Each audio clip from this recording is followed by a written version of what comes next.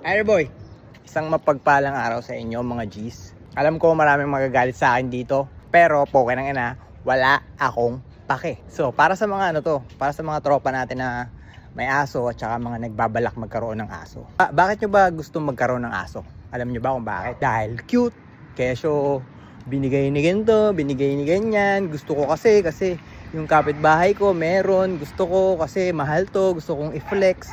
Gusto ko lang magkaroon. Pero alam nyo ba, ang responsibilidad ng pagkakaroon ng aso. Unang-una, may mga needs yan.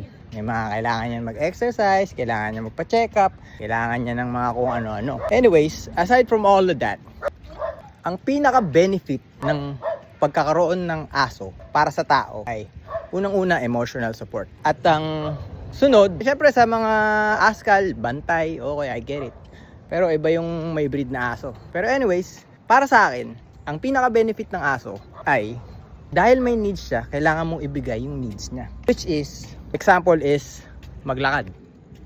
Gustong-gusto na lang maglakad. Kailangan lang maglakad. So, kung ikukulong mo lang yan, kasi tatali mo lang, kinang-ina, huwag ka na mag-aso.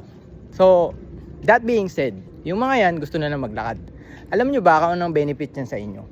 Kasi, pag naglakad kayo ng daily, significantly na marireduce yung risk nyo magkaroon ng cardiovascular disease, type 2 diabetes, tsaka it's gonna help out your joint, help out your muscle. Just 20 minutes a day lang, maglakad ka lang. Ang lakas makatanggal ng stress ng paglalakad. You know what I'm saying?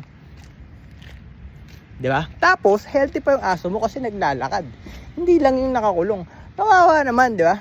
Yun yung masasabi ko sa inyo. Diba? Stay up, my G's.